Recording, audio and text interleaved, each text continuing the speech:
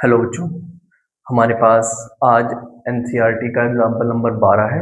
इसको करने का प्रयास करते हैं और बहुत ही अच्छा क्वेश्चन है। ठीक है बेटा, बहुत ही प्यारा क्वेश्चन है। इससे पहले 11 एग्जाम्पल हमने हमारी प्लेलिस्ट पर उपलब्ध करा दिए हैं। आप जाके वहां से देख सकते हैं और उनके अच्छे से आप अपने नोट्स बना सकते हैं।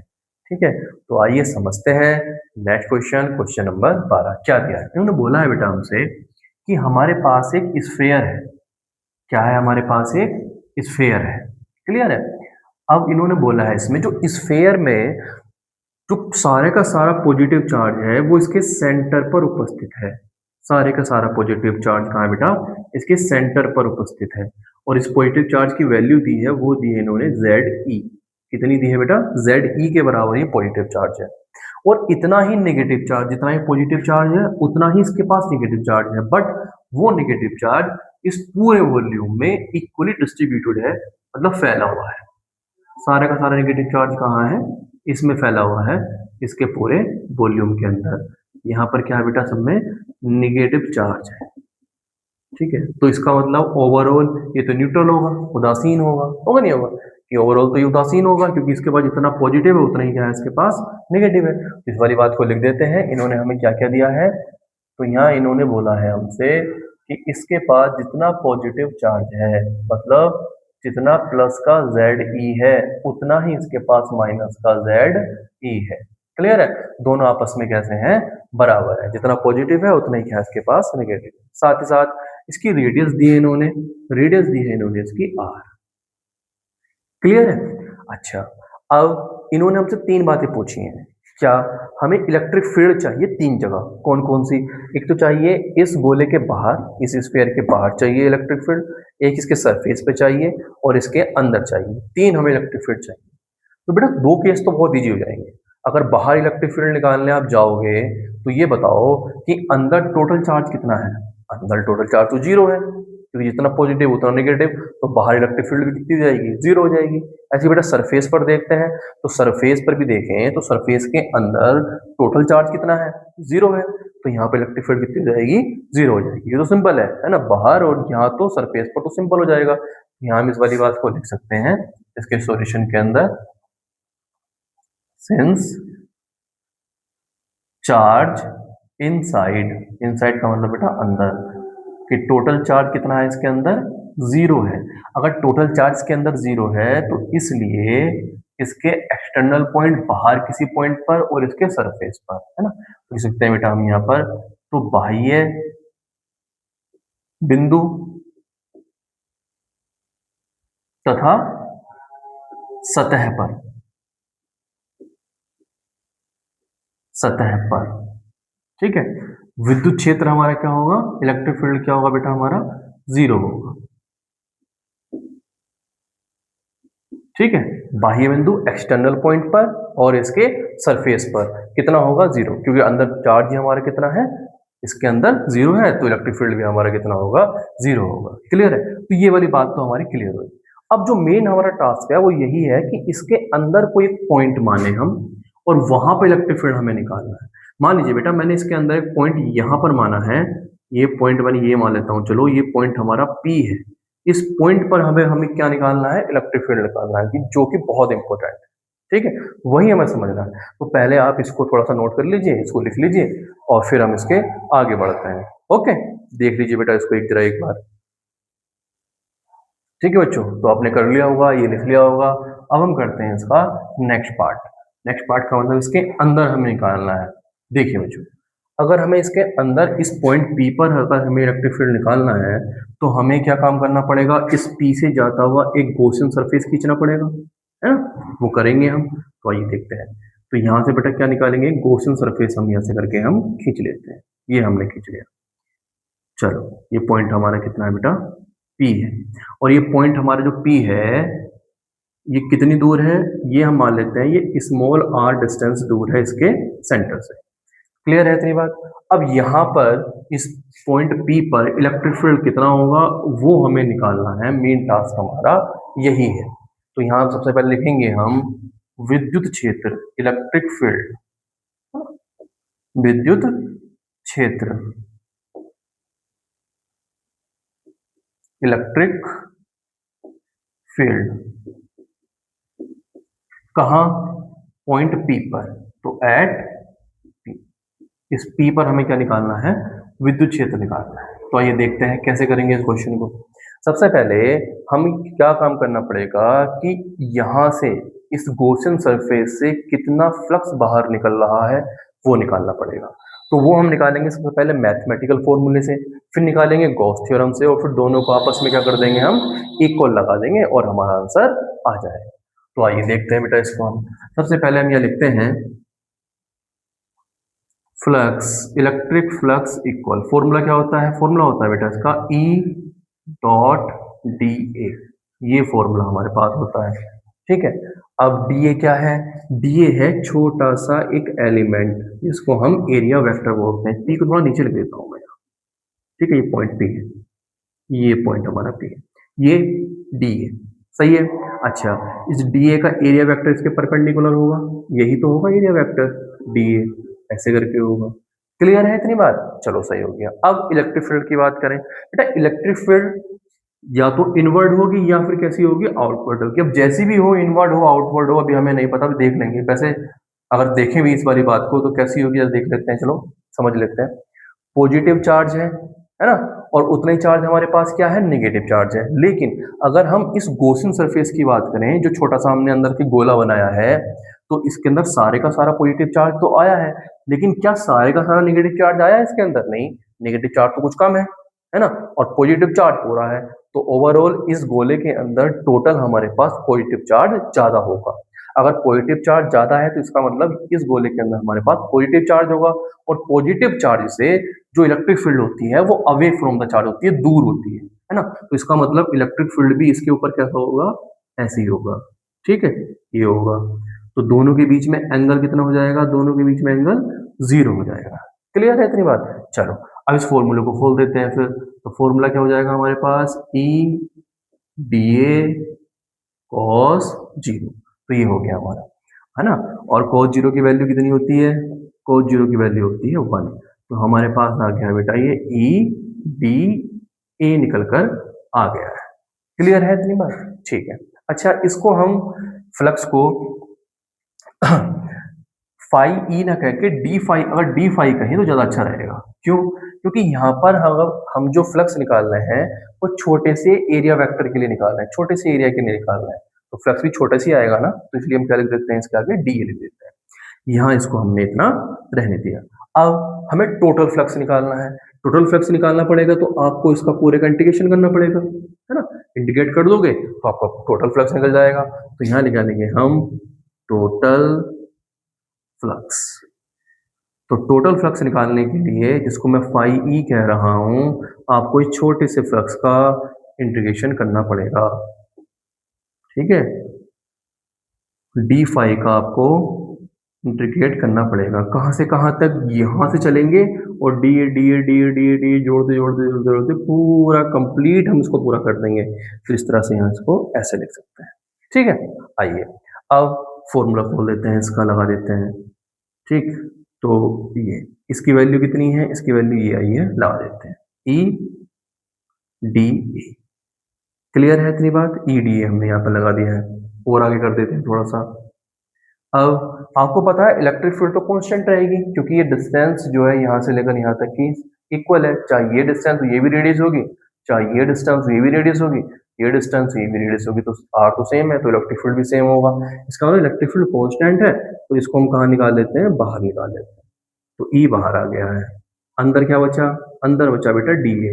अब सुनो मेरी बात, आप DA को जोड़ते जोड़ते जोड़ते पूरा कंप्लीट कर ले हुए, है ना, ऐसे करके। तो ये क्या बन जाएगा, इस पूरे के पूरा जो तुम्हारा ये एक गोला है, स्फीयर है, इसका आपका कर्व सरफेस एरिया बन जाएगा। ठीक है बेटा, तो इसका एक कर्व सरफेस एरिया आपका ये बन जाएगा। और स्फीयर का बेटा कर्व सरफेस एरिया कितना होता है, इस स्फीयर का कर्व सरफेस एरिया कितना होता है, तो सबको पता है, इसका कर्व सरफेस एरिया होता है हमारे पास 4 पाई आर स्क्वायर। कितना होता है, 4 पाई आर स्क्वायर।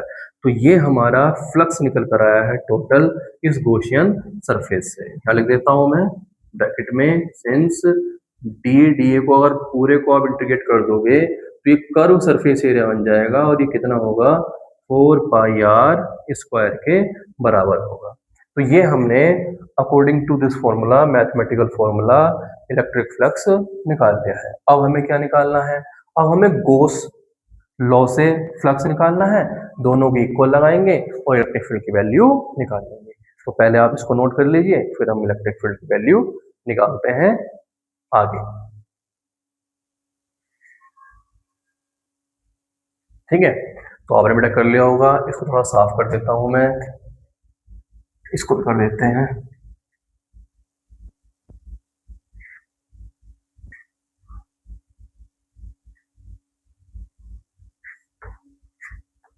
इसको लिखा रहने देते हैं, वो साइड से लिख देते हैं कि बेटा हमें जरूरत होगी। सॉरी, तो इलेक्ट्रिक फ्लक्स इक्वल आया हमारे पास E 4πr², ये आया है हमारे पास। इसकी हमें अभी आगे नीड होगी, अब आगे देखते हैं। अब इसके बाद बेटा अकॉर्डिंग टू गॉस लॉ है ना, तो यहाँ लिखेंगे हम अकॉर्डिंग टू गॉस लॉ। बेटा गॉस ने क्या बताया था? गॉस ने बताया था कि जो फ्लक्स होता है हमारे पास, इलेक्ट्रिक फ्लक्स, वो बराबर होता है Q inside upon epsilon not, इसके बराबर होता है। तो हमें अब इसमें क्या निकालना पड़ेगा? Q इनसाइड निकालना पड़ेगा कि जो ये हमारे पास गॉसियन सरफेस है, ये वाला अंदर वाला है ना, तो इसके अंदर कितना चार्ज है। अब ये मत कहना जीरो चार्ज है, जितना पॉजिटिव उतना नेगेटिव, नहीं, पॉजिटिव तो सारा है लेकिन नेगेटिव तो कुछ कम है ना इस बार, है ना। अब इसका गॉसियन सरफेस अंदर है ना, तो नेगेटिव तो कुछ कम हो गया ना, नेगेटिव तो बाहर तक था पूरा दो, लेकिन हमने एक छोटा सा इसके अंदर एक गोला लिया है तो नेगेटिव तो कम होगा। तो इसका मतलब ये होगा कि चार्ज इसके अंदर कुछ ना कुछ पॉजिटिव होगा। तो वो अब हमें निकालना है, मेन टास्क जो है हमारा वो यही निकालने का है, क्यों इनसाइड निकालने का। तो देखें फिर इसको बेटा कैसे निकालेंगे। अब देखो, इसको निकालने के लिए हम एक चीज मानते हैं जो मैंने आपको बताई हुई थी, इसको समझते हैं। हम मानते हैं लेट से, माना है ना, क्या माना आपने? आपने माना कि चार्ज डेंसिटी, चार्ज डेंसिटी को बेटा हमने कितना मान लिया? रो माना है। चार्ज डेंसिटी होती क्या है? तो चार्ज डेंसिटी का मतलब होता है चार्ज पर volume, charge per unit volume, sorry, charge per unit volume, charge per unit volume. इसका मतलब है कि हमारे एक यूनिट वॉल्यूम पर जो चार्ज उपस्थित है वो कितना है, ये हमारा रो है। ठीक है, अगर एक यूनिट वॉल्यूम पर हमारा रो है तो दो पर कितना होगा, दो से मल्टीप्लाई कर देंगे। तीन पर कितना होगा, तीन से मल्टीप्लाई कर देंगे, है ना। तो फिर इतने वाले हमारे जो ये वाला वॉल्यूम होगा, ये जो अंदर ये वॉल्यूम होगा ना गॉसियन सरफेस का ना, इस पर कितना होगा, ये वॉल्यूम निकालेंगे और रो की क्या कर देंगे, इसके अंदर हम मल्टीप्लाई कर देंगे। तो आइए यहाँ पर देखते हैं। तो यहाँ देखते हैं बच्चों हम charge in Gaussian surface, Gaussian surface में कितना चार्ज होगा। तो सबसे पहले हमें अगर चार्ज निकालना है गॉसियन सरफेस में तो क्या काम करना पड़ेगा कि यूनिट वॉल्यूम पर कितना है, रो है, क्लियर है। और इतने सारे वॉल्यूम पर कितना होगा, तो इसके वॉल्यूम की मल्टीप्लाई कर देनी पड़ेगी। ठीक है, तो एक हमारा जो स्फीयर होता है बेटा, उसका वॉल्यूम कितना होता है, उसका होता है 4/3, है ना, और पाई आर क्यू, और आर कितना है, ये स्मॉल आर है, तो पाई आर क्यू। ये हमारे पास क्या निकल कर आया बेटा, इसके अंदर चार्ज निकल कर आया है। क्लियर है इतनी बात? ये हमारे पास इसके अंदर नेगेटिव चार्ज निकल कर आया है, क्योंकि पॉजिटिव चार्ज तो बस के पॉइंट पे बैठा हुआ है। क्लियर है इतनी बात? तो इसके अंदर चार्ज निकल कर आया, यहाँ पर नेगेटिव चार्ज लिखना बहुत जरूरी है, एक नेगेटिव छूट गया बेटा, नेगेटिव चार्ज निकल कर आया है इसके अंदर। तो negative charge in Gaussian surface कितना होगा बेटा, इतना होगा, और पॉजिटिव कितना है, पॉजिटिव इतना है। क्लियर है? तो नेट चार्ज कितना होगा फिर इसके अंदर, या लिखेंगे हम नेट चार्ज Q इक्वल, तो पॉजिटिव जितना चार्ज है वो उसमें से माइनस करना पड़ेगा, ये जो चार्ज आ रहा है इसको माइनस करना पड़ेगा। तो ये कितना है, ये है आपका rho into 4/3 pi are Q. ठीक है, यहां तक इसको समझो आप पहले, है ना, आसानी से। फिर इसके बाद हम आगे करते हैं, इसको आप नोट कीजिए, फिर आगे बढ़ते हैं इसके बाद। ठीक है बेटा, अब आगे देखते हैं इसके बाद।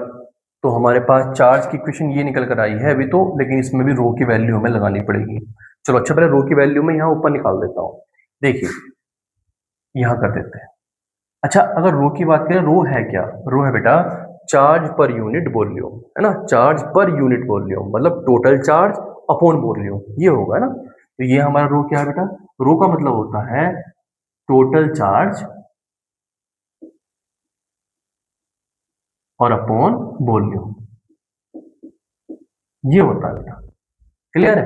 अब जरा देखो, अगर मैं आपसे चार्ज कहूँ, लेकिन ये हम चार्ज, देखो पॉजिटिव चार्ज तो हमारा सेंटर पर है, कि जो भी हम चार्ज, क्योंकि पूरे एरिया में, पूरी सॉरी वॉल्यूम में तो चार्ज हमारा फैला हुआ है, वो नेगेटिव चार्ज ही तो है। तो जितना भी ये चार्ज हम निकालने की हम मेहनत कर रहे हैं ना, ये सब नेगेटिव चार्ज निकालने की मेहनत कर रहे हैं हम। क्लियर है? तो ये बताओ कि इसके अंदर, इस पूरे के अंदर, पूरे के पूरा जो बड़ा वाला हमारा स्फीयर, इस पूरे के अंदर टोटल चार्ज हमारे पास नेगेटिव वाला कितना था?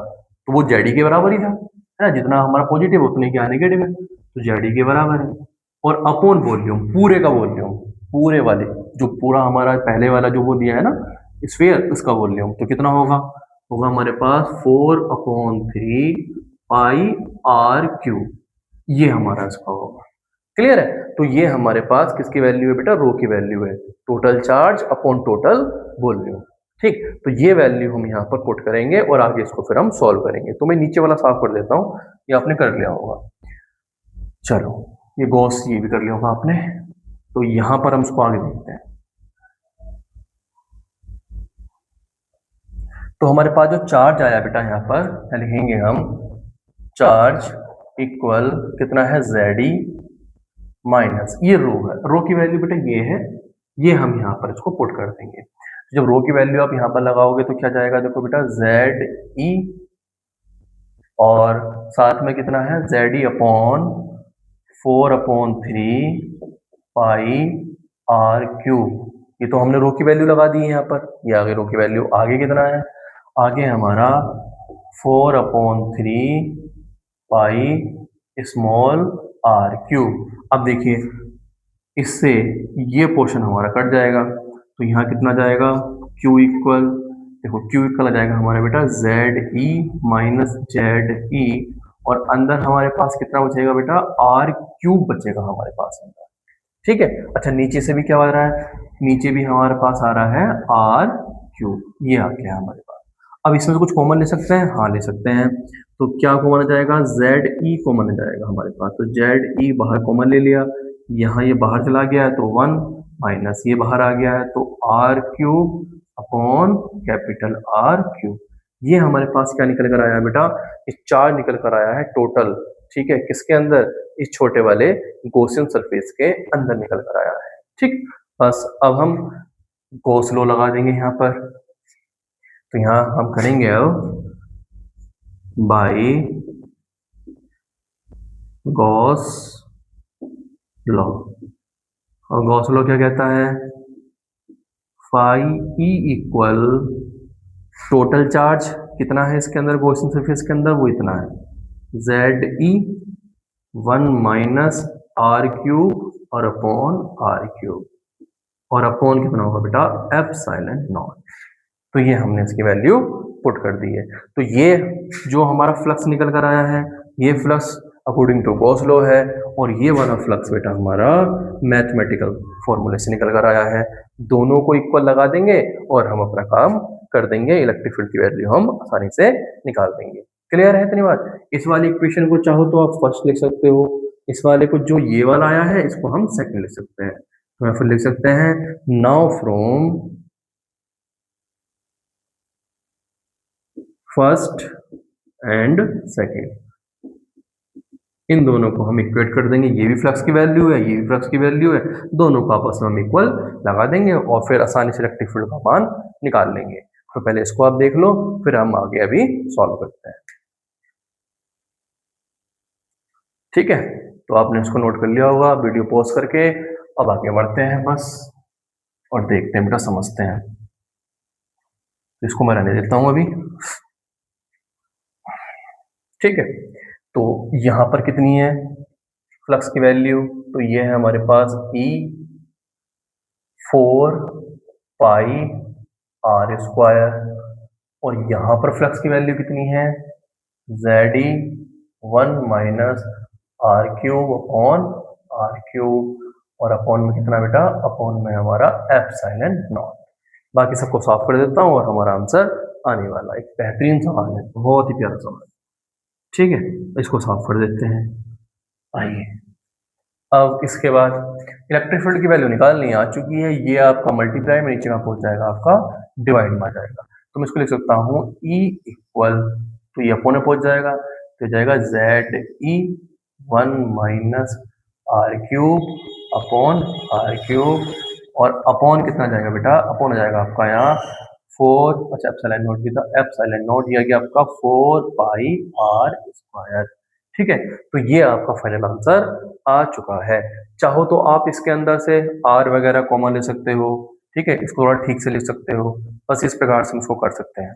ठीक है, चाहे तो हम इसको ऐसा कर सकते हैं कि आर को हम यहाँ से हम एलसीएम वगैरह ले लें, इसको अंदर इसको पहुंचा दें, तो फिर हमारा आंसर वैसे आ जाएगा। ठीक है, तो यहाँ पर आप चाहो तो उसको यहाँ पर भी छोड़ सकते हो, ये आपका आंसर आ चुका है, इलेक्ट्रिक फील्ड का वैल्यू आ चुकी है। चाहो तो इसको बुक से ही मैच हम कर सकते हैं, तो पहले आप इसको नोट कर लीजिए, आप चाहोगे तो इसको हम बुक से मैच करा देंगे। ओके, ठीक है, तो देखिए बेटा, इसको हम बुक से भी देख लेते हैं, बिल्कुल उसका आंसर मैच करा देते हैं आपका, बस सेम यही है, लेकिन चलो अब यहाँ पर इसको कर दी, इसको डायग्राम को साफ कर देता हूँ, तो आपने कर लिया होगा ये।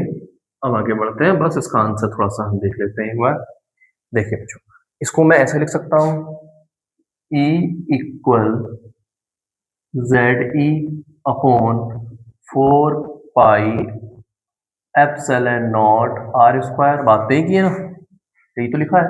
अच्छा, ये ऊपर वाला मल्टीप्लाई में तो होगा ना इन सबके, देखो यहाँ पर मल्टीप्लाई का साइन ही तो होगा, तो यहाँ लिख सकते हैं मल्टीप्लाई, थोड़ा बड़ा ब्रैकेट लगा लेते हैं, 1 अपॉन कुछ भी नहीं है तो 1 ही है, और माइनस कितना है आर क्यूब अपॉन कितना है आर क्यूब। देखिए क्लियर है। अब देखो ये आर स्क्वायर का है मल्टीप्लाई में, तो इस आर स्क्वायर की मल्टीप्लाई अंदर कर रहे हैं, बस इतना करना है काम, तो हो जाएगा E इक्वल हो जाएगा हमारे पास बेटा ZE upon 4 pi epsilon not, और जैसे ये अंदर पहुंचेगा नीचे से, तो ये जाएगा 1 upon R square minus R cube upon R cube, और साथ में ये भी यहाँ पहुंचेगा, क्योंकि जिसकी मल्टीप्लाई यहाँ भी इसके नीचे भी जाएगा और इसके नीचे भी आएगा, तो यहाँ आर स्क्वायर और आ जाएगा।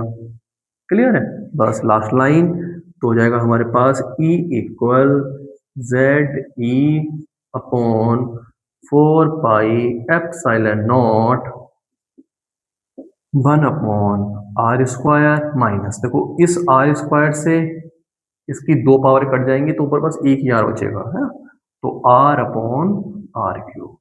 This is the final answer, ये आपका फाइनल आंसर आ गया है। तो ये भी बेटा एक एप्लीकेशन जैसा है ना, अगर इस क्वेश्चन को देखें तो ये भी एक गॉस लॉ का एप्लीकेशन की टाइप है, इसको समझ सकते हैं, प्यारा सा क्वेश्चन था, बहुत इंपॉर्टेंट क्वेश्चन था। तो आज आपके बच्चों सारे एग्जाम्पल खत्म हो गए हैं, सब एग्जाम्पल हमने कर लिए हैं, इसके बाद हम एक्सरसाइज स्टार्ट करेंगे इस चैप्टर की, तो आप इससे पहले इन क्वेश्चनों को अच्छे से नोट कीजिए, कॉपी इसकी बनाइए और बढ़िया से इनको आप पढ़िए। ओके, तब तक आप इस क्वेश्चन को करिए, फिर मिलते हैं आपसे एक्सरसाइज में। ओके।